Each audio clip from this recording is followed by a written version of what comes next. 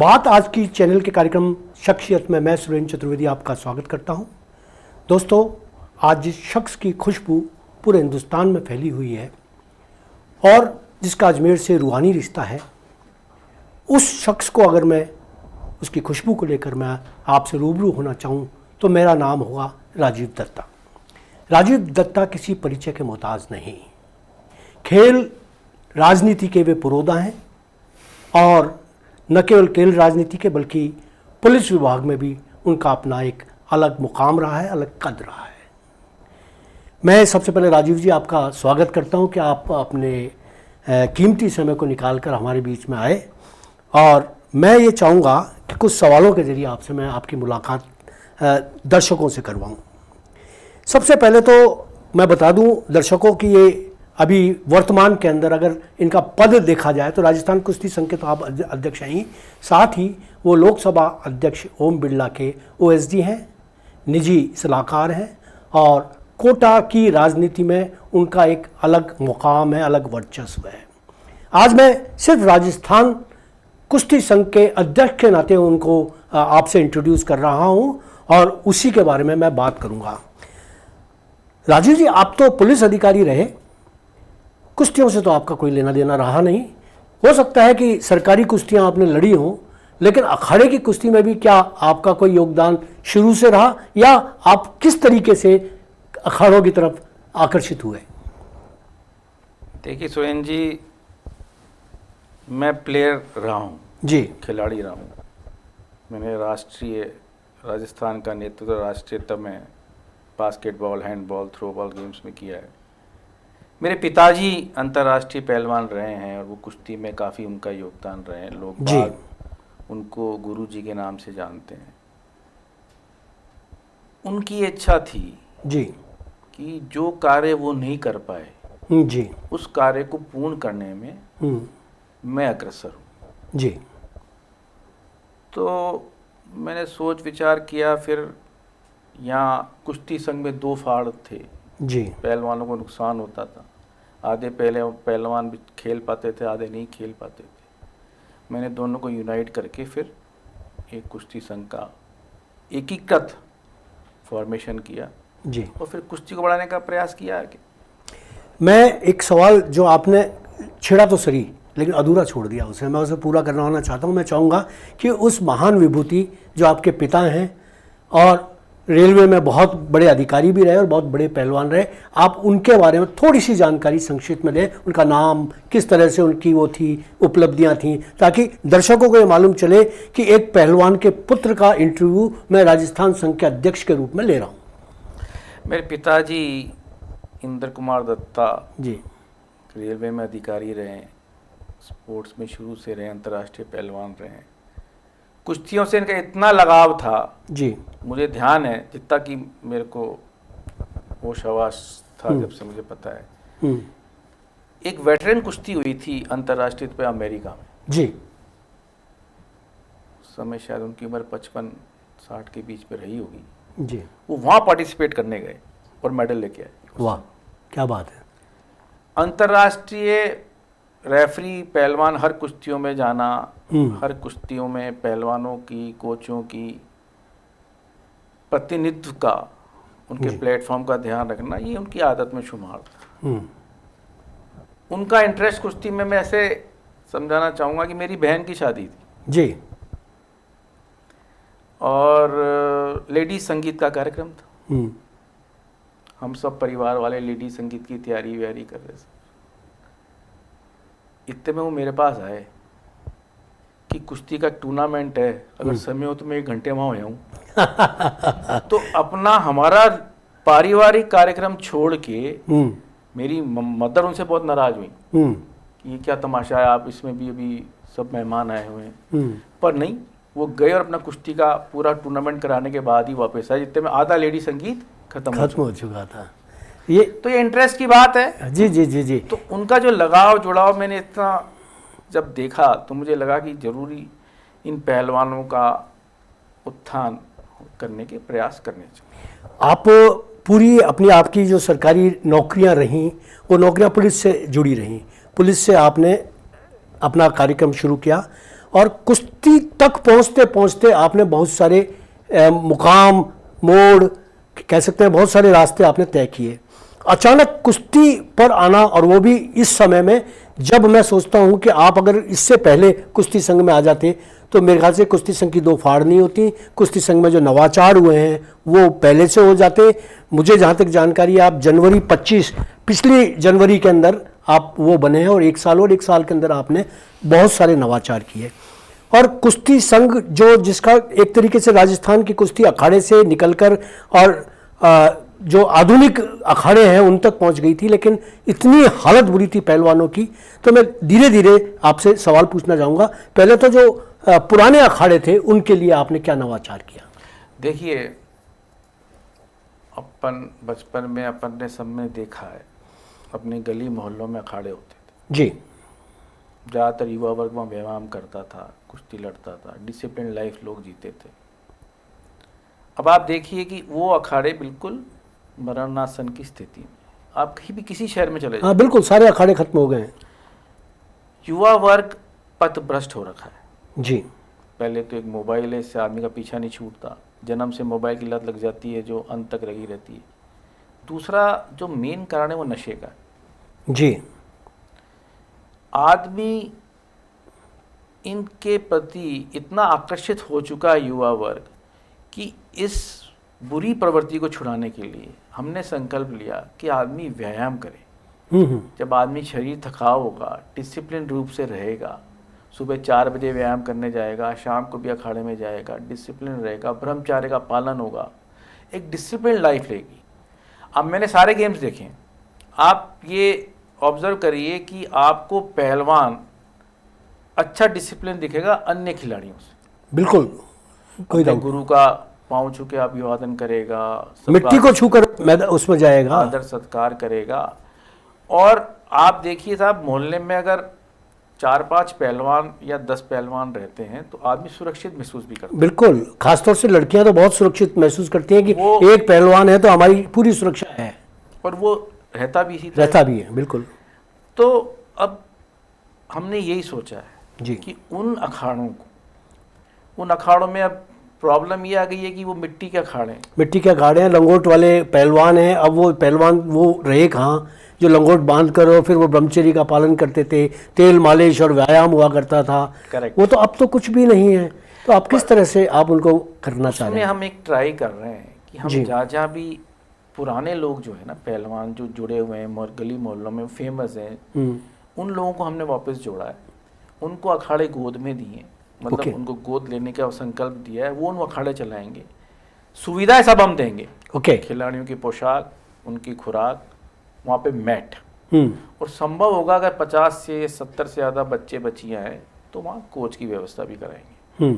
ऐसा शुरुआत हमने उदयपुर में करी है, बीकानेर में करी है, अजमेर में भी शुरू करी है जी। जयपुर में अच्छे अच्छे अखाड़े हैं। आप देखिए शहर में इतने अच्छे अच्छे अखाड़े हैं कि आप उनकी दुर्गति देखेंगे तो आपको लगेगा कि क्या पहले क्या होता था, अब क्या हो गया है। तो ये शुरुआत कर रहे हैं, धीरे धीरे इनका असर आएगा। फिर जैसे जैसे लोग जुड़ेंगे, हम वहाँ एक ओपन जिम भी लगाएंगे, टॉयलेट फैसिलिटीज़ भी होंगी, लड़कियों के लिए अलग होगा, बच्चियों के लिए अलग कोच भी लगाएंगे। तो शुरुआत कर रहे हैं, इसका परिणाम आने में थोड़ा समय लग सकता है, पर मैं निश्चित कहूँगा कि आने वाले 2-3 साल में अगर ये चलता रहा निरंतर तो राजस्थान में आपको अभूतपूर्व कुश्ती का वातावरण मिलेगा। चलिए, एक चीज़ है कि मैंने ये सुना था कि आपने बहुत पुराने जो पहलवान हैं, बहुत पुराने एजेड जो पहलवान हैं जिन्होंने राष्ट्रीय कुश्तियाँ लड़ी, अंतर्राष्ट्रीय कुश्तियाँ लड़ी, जो अपने शहर के बादशाह रहे, ऐसे लोगों को आप कलेक्ट करके उनको छात्रवृत्ति जैसे टाइप होता है ना, किसी वजीफ़ा देने की कोई वो कर रहे हैं, ऐसी कुछ किया है आपने? हमने ये कुश्ती संघ की तरफ से एक स्कीम चालू करी है कि जो भी व्यक्ति राजस्थान केसरी रह चुका है, जी हाँ, ये बहुत बड़ी बात है, और उसको कोई एड नहीं है, मान लीजिए कोई सरकारी कर्मचारी नहीं है, राज्य कर्मचारी नहीं है, केंद्रीय कर्मचारी नहीं है, या किसी अन्य विभाग कर्मचारी नहीं है, तो उसको हम 10,000 रुपये पेंशन हमारी तरफ से देंगे, और हम लगे रेगुलर दे रहे हैं। अभी शुरू कर दिए? हाँ, एक करीब 8 महीने हो गए इस बार। 8 महीने से आप ये दे रहे हैं। जैसे आपके, मैं भरतपुर के किसी पहलवान से मिला था जिसने कहा कि मुझे राजीव दत्ता जी से ने वजीफ़ा बांध दिया और मुझे मिल रहा है। तो ऐसे 10,000 रुपये हम पर मंथ देते हैं, जी, जिससे पहलवानों का क्या ऐसा बुढ़ापा थोड़ा सा कठिन होता है, बिल्कुल। जो खुराक खेल और खाए, जो हाँ, खेल बिल्कुल, खाया हुआ है, उसी का खर्चा निकालना बड़ा दवा दारू हाँ बड़ी बिल्कुल, मुश्किल है। आर्थिक रूप से बड़ी हालत बदहाली होती है तो उनकी। 10,000 वैसे तो कम है, पर एक शुरुआत है। अगर उनको जरूरत ज़्यादा भी होगी तो हम और ज़रूरत ज़्यादा नहीं कोशिश करेंगे। अभी हम 3 राजस्थान केसरी को इस तरह का पेंशन योजना दे रहे हैं। इसमें ये होता है कि राजस्थान के अंदर जो कुश्ती संघ जो था, पहले भी काम कर रहा था कुश्ती संघ, अब भी कर रहे थे, फाड़ भी हुई, सब कुछ हुआ, और उससे नुकसान पहलवानों को हुआ या अखाड़ों को हुआ, या आपने जब आप आए तो आपने क्या सोच कर फिर अखाड़ों को एक, और आपको क्या जद्दोजहद करनी पड़ी इनको एक करने के लिए? देखिए, मेन नुकसान तो हमारे बेचारे स्पोर्ट्स पर्सन का होता है जी, पहलवानों को होता है। मेरे गुट से है तो मैं चाहूँगा कि मेरे पहलवान आगे कुश्ती खेले, दूसरे के पहलवान नहीं खेलने, किसी तरीके से डिस्क्वालीफाई हो जाए। देखिए, किसी भी खेल में योग्यता को अयोग्य नहीं करना चाहिए। जो योग्यता है आदमी है उसको सही प्लेटफॉर्म मिलना चाहिए, उसको परफॉर्मेंस देने के लिए उसको प्लेटफॉर्म सही मिलेगा, तभी वो आगे बढ़ पाएगा।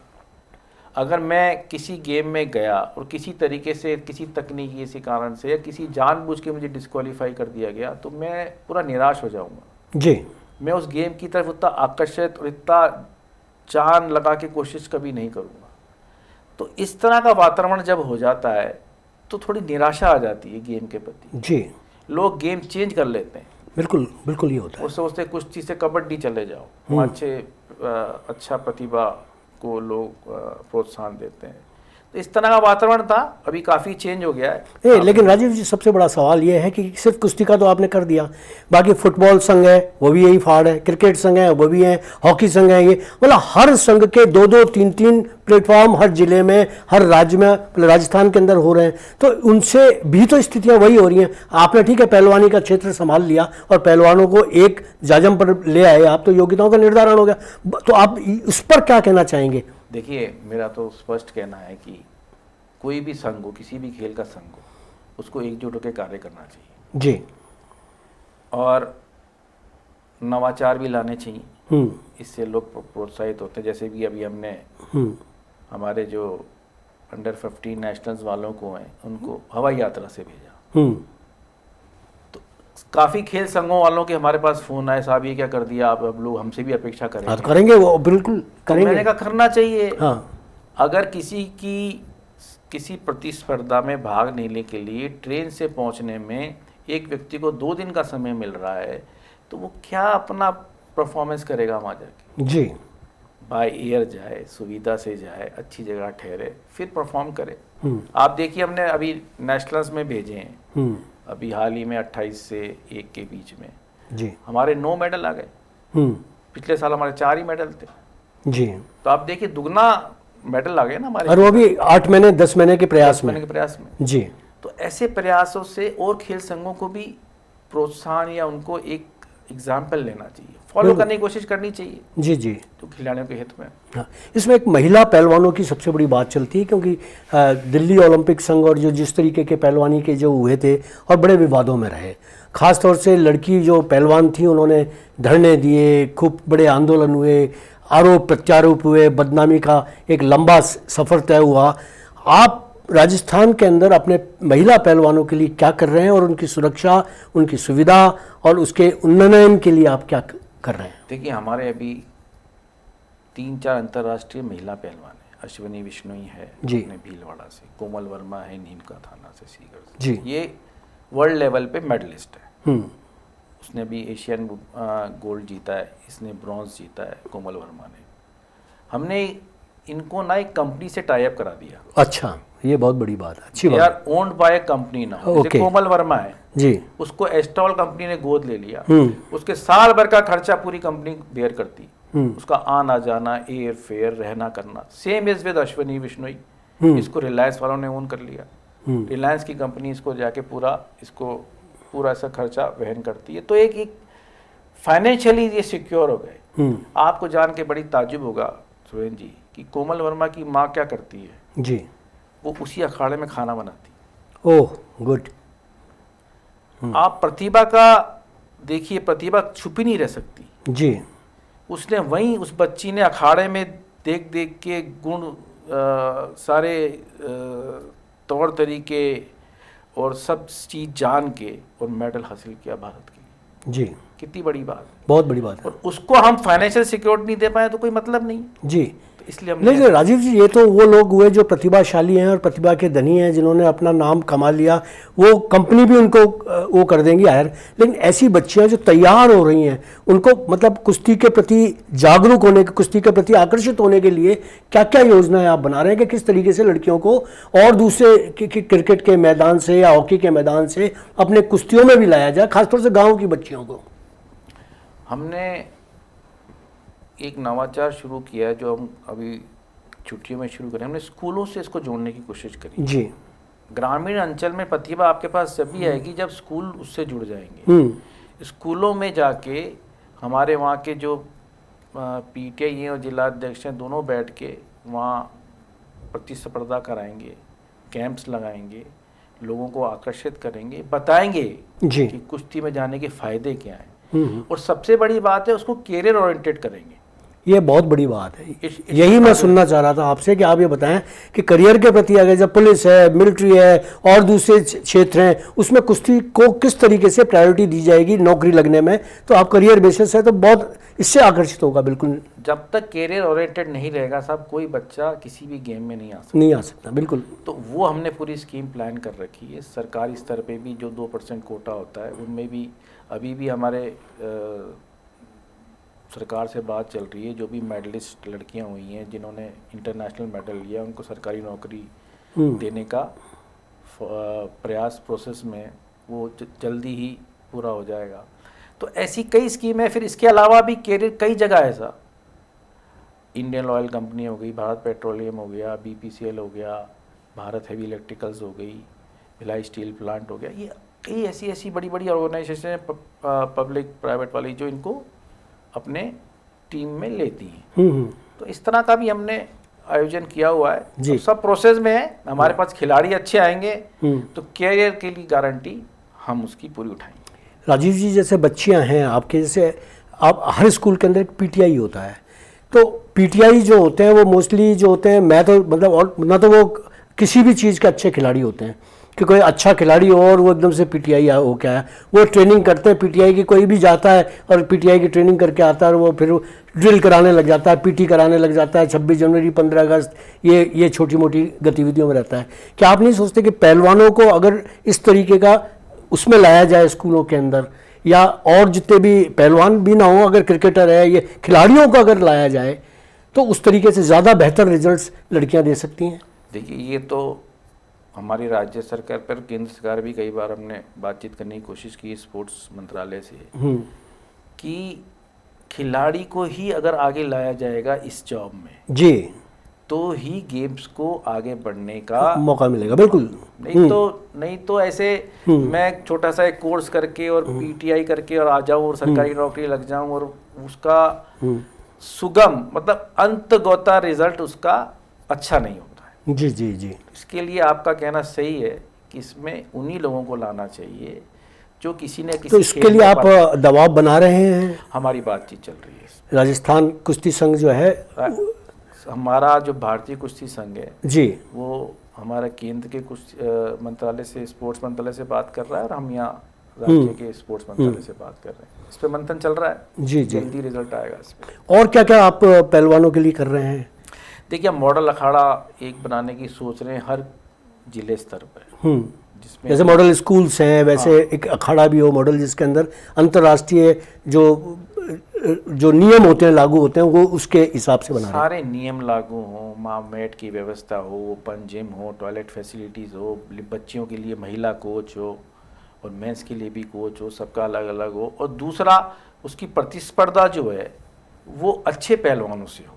जी, आपकी प्रतिभा जब भी निखर के आएगी जब आपका मुकाबला अंतर्राष्ट्रीय राष्ट्रीय स्तर के पहलवानों से होगा। तो उसके लिए हमने हरियाणा से, पंजाब से, महाराष्ट्र से, यहाँ के पहलवान के अच्छे नाम होते हैं, तो इनसे हमने बातचीत चल रही है संघ से। तो इनकी हम प्रतिस्पर्धा कराएंगे आपस में, जिससे कि हमारे पहलवान भी अच्छा परफॉर्मेंस राष्ट्रीय अंतर्राष्ट्रीय स्तर पर कर सकें। आपका ये कार्यकाल कितने साल का है इस पद का? कार्यकाल कोई फिक्स नहीं होता। फिक्स नहीं होता, मतलब आप कितने साल तक चल सकते हैं? कहीं कुछ ऐसा नहीं है कि 2 साल 3 साल 5 साल, तो ये मतलब आजीवन है, क्या है, मतलब इसका कोई रूपरेखा तो होगी? किस तरह से तय होता है कि आप अध्यक्ष कब तक रहेंगे? देखिए, ये तो अध्यक्ष तय करना राष्ट्रीय अध्यक्ष की जिम्मेदारी होती है। ठीक है। जिला इकाइयाँ जो यहाँ की होती हैं वो वोटिंग देके राज्य के अध्यक्ष बनाती हैं और राज्य के अध्यक्ष फिर राष्ट्रीय अध्यक्ष बनाते हैं जी।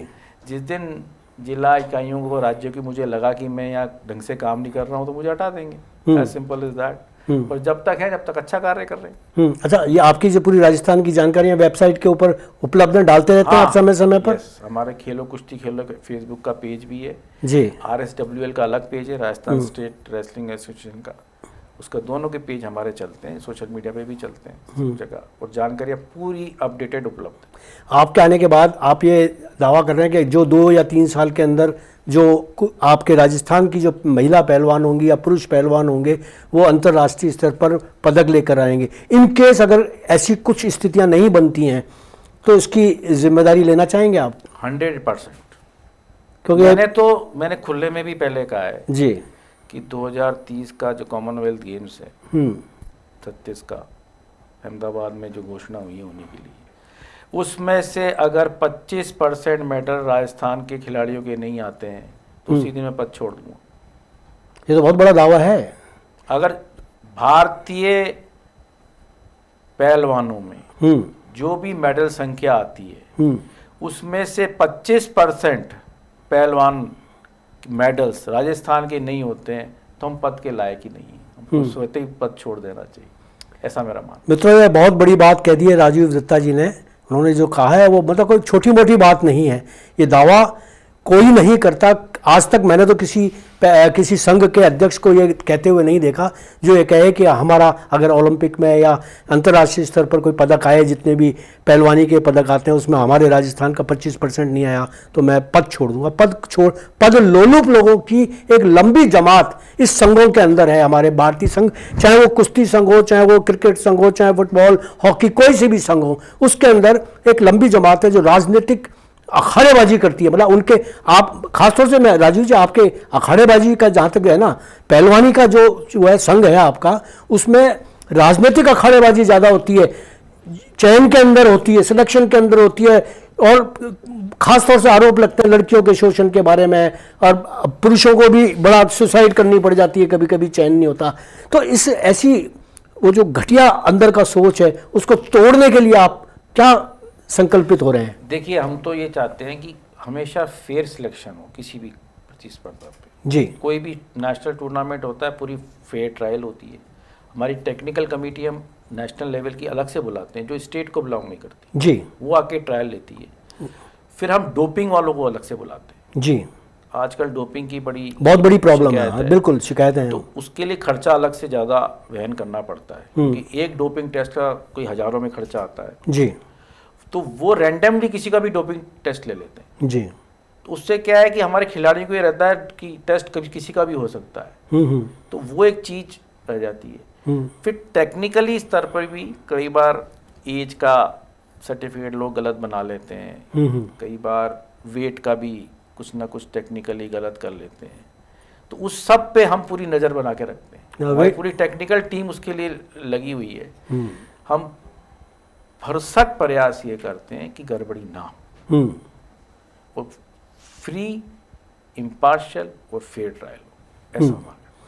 तो दोस्तों, ये है राजीव दत्ता जिन्होंने आपके सामने अपनी पूरी कुश्ती संघ के सारे पन्ने खोल के रखे और ये बताया कि किस तरह से वो अपने राजस्थान के पहलवानों को भारतीय स्तर पर ही नहीं बल्कि अंतर्राष्ट्रीय स्तर पर काबिज करवाने के लिए अपना जी जान लगा देंगे। और मुझे ये उम्मीद है कि 25% तो इन्होंने कहा है, पर इनके प्रयासों को देखते हुए लगता है कि ये प्रतिशत और बढ़ेगा और हमें बहुत ज़्यादा राजस्थान के पहलवानों को उम्मीदें करनी चाहिए। और राजस्थान के पहलवानों से उम्मीदें हमारी बस इसलिए नहीं कि वो अच्छे पहलवान, बल्कि उनको अच्छा जो नेतृत्व मिल रहा है, उनको उनके दायित्वों की जो परिपूर्णता है वो पूरी आ रही है। नई नई सुख सुविधाएं, नए नए आधुनिक जो नवाचार हैं वो किए जा रहे हैं। ऐसी स्थिति के अंदर निश्चित रूप से राजीव दत्ता कुश्ती संघ के एक सफल और कामयाब नेता साबित होंगे। इसी कामना के साथ मैं आपका आभार व्यक्त करता हूं कि आप आए और आपने अपनी महत्वपूर्ण जानकारियां हमें से साझा की। दोस्तों, कार्यक्रम पसंद आया हो तो हमें कहना ना भूलें, हमारे कार्यक्रम को सब्सक्राइब करें और लाइक करें और इसको आगे शेयर भी करें। धन्यवाद।